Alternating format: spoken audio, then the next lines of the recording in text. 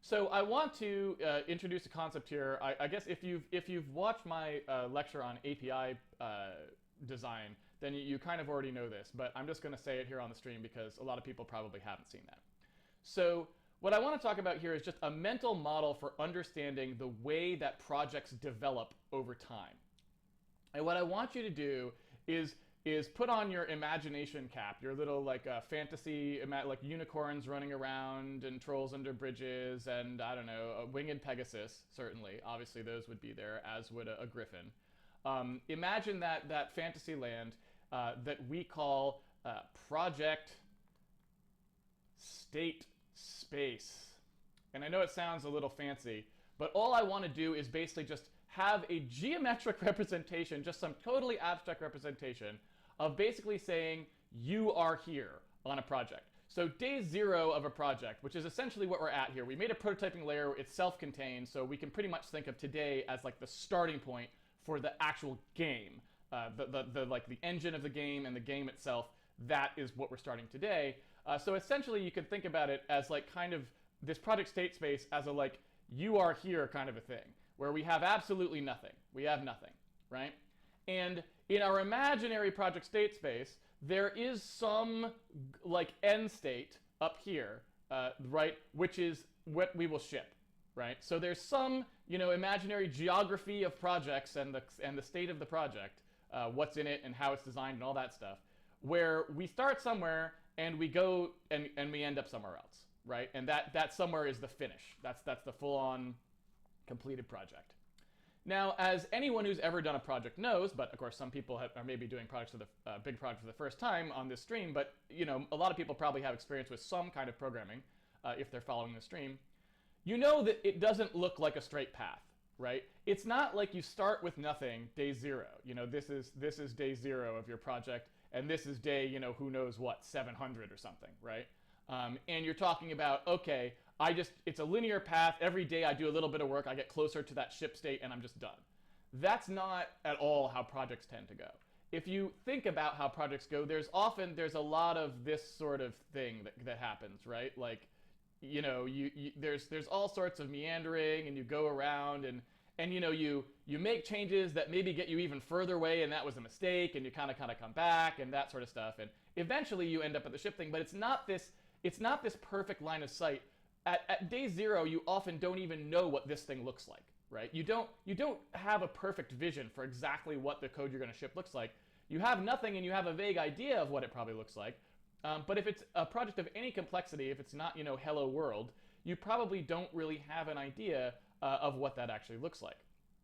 So, what I want to talk about on this diagram is just how to conceptualize what you are doing every day in that drive towards ship as far as architecture is concerned, and even to some degree as far as just individual pieces of code are concerned, because really the code and the architecture, it's a blurry line there, like what's the architecture, what's the code. They're really just what level we're talking about, whether we're talking about the fine grain or whether we're talking about the coarse grain of how the code operates. So it's almost a continuum at some level.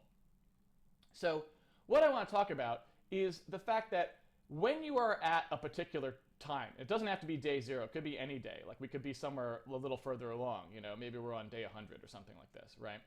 At any given point, you can basically think about what you're going to do as picking, as driving towards some new location in the state space. And you don't actually know where this is. You don't know the actual ending location of this, right? You just have some vague notion, and maybe you have a range. You're like, oh, it's I think the thing we want to ship kind of looks a little bit like something that would be in here, right? But you don't actually know where that final destination is. So, you might aim for something over here, and then when you start to kind of get towards it, maybe you realize that what you really needed was the thing that you end up shipping, right? And you kind of end up back over there or whatever, right? So you don't really know. There's like a vague idea of what you're trying to get to. You have some conceptions in your head, but especially if it's something that you haven't done a lot before, you don't really know. And this could be a very wide and amorphous thing you're aiming towards. And it kind of shrinks down over time as you get closer to it. You can start to sort of see, oh, it looks narrower and narrower where I'm actually aiming for. But at first, it could be very broad. You may have no idea really where that final piece of what that final structure looks like.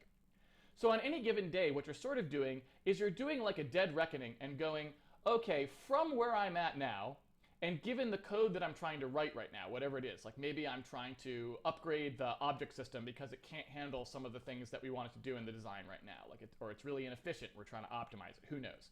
So we're trying to do something. And what you're doing at that point, when you sort of sit down and start coding for the day, is you're driving towards some new point, right, in this state space. You're kind of like going towards something depending on what you decide to do that day. And then when you finish that step, however much that takes, you're going to be at a new point. And you're going to do the same thing again. You're going to choose to do something, and that something drives you in a direction. And in that way, you kind of build this path that sort of meanders towards ship. And the better you are with your dead reckoning, the sort of less wasted work, the less switchbacks there are on this path, the less, you know, of that kind of thing is happening. But that's basically what's going on here. So the reason, again, that I think that just to sort of cement what's going on here, the reason that I really like, again, compression-oriented programming, where we just kind of like write code, see how it works at the low level, and then sort of loft it up into designs as we go, and not try to do a whole lot of pre-planning, is specifically because pre-planning assumes you know what this thing looks like already. You know what the code is going to look like. Because think about it. If you have to do a bunch of planning on how the code will go the whole way, you basically have to say, I know where this is, and I'm making the waypoints along the way that we're going to go to for the design, right? If you don't know what this is, there's really no way to do these, right? So usually what happens when people do a lot of upfront design is they pick totally wrong stuff. They're like, okay, this is our path, guys. It's going to be great. We just go to here, and then we go to here, and then we go to here, then we go to here, and then we ship it, right? And what you do is you end up going to there, doing it, and you do it, and you're like, the whole way you're like, this doesn't feel right. Okay, things are getting pretty janky. And by the time you get to here, you're like, this is a disaster. Like this code is awful. We're fighting the design of the architecture the whole way. And either you end up shipping something that's kind of crappy and not even close to what probably would have been optimal, or at some point you realize your mistakes and you try to start course correcting, right?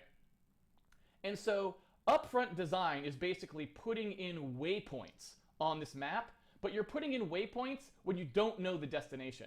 And that just doesn't work, right? It just plain doesn't work. So what I want to encourage, and the way we will be approaching everything, and we have already been approaching things this way to a large extent, although like I said, it was kind of cheating on the platform layer because I've done it so many times, I kind of know what the end result is, so I do really know what this is, so I could kind of set waypoints. And like I said, that just isn't an interesting architectural problem because that's more like just cut and pasting from your brain. It's not even waypoints, it's just I know what it is and I'm going to write it, right? So the much more interesting architectural thing and the skills that I hope to show and encourage you to develop over the course of the stream is what to do when you haven't written the thing before. That's the hard thing. That's where the real architecture work exists. Because if you've already written it many times before and you totally know exactly how you want to do it, then that's not architecture. That's just it's regurgitation, and it's good. I mean, it's great to go into something and go, you know what, I know exactly how to do this. Just bam, there it is, right? That's always great.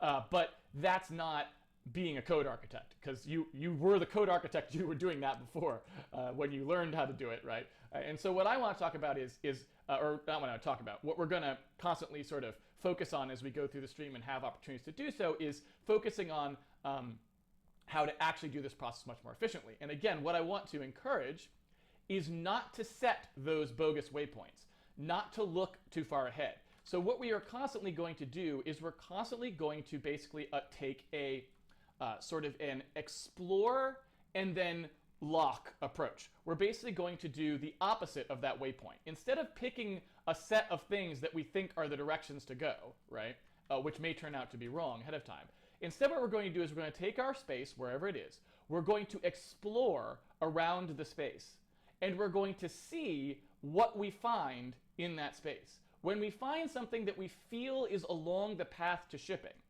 we will lock that in and make that our new location, and then we will repeat the process, right? So we're constantly going to, I don't know why that just went crazy there. So we are constantly going to look at things as this two-stage process that repeats itself over and over, which is start from where we are, do explorations that are just us writing whatever code comes to mind for the thing that we need to implement. So if we need a tile map today or whatever it is, we're just going to try just flat coding a tile map with no thought to the architecture whatsoever. It's going to do whatever comes to mind. We're going to explore and see what works in the code. When we find something that we are happy with, that we think worked pretty well, we'll lock that in, we'll call that the point that we're going to start from now, and then we'll start on the next problem.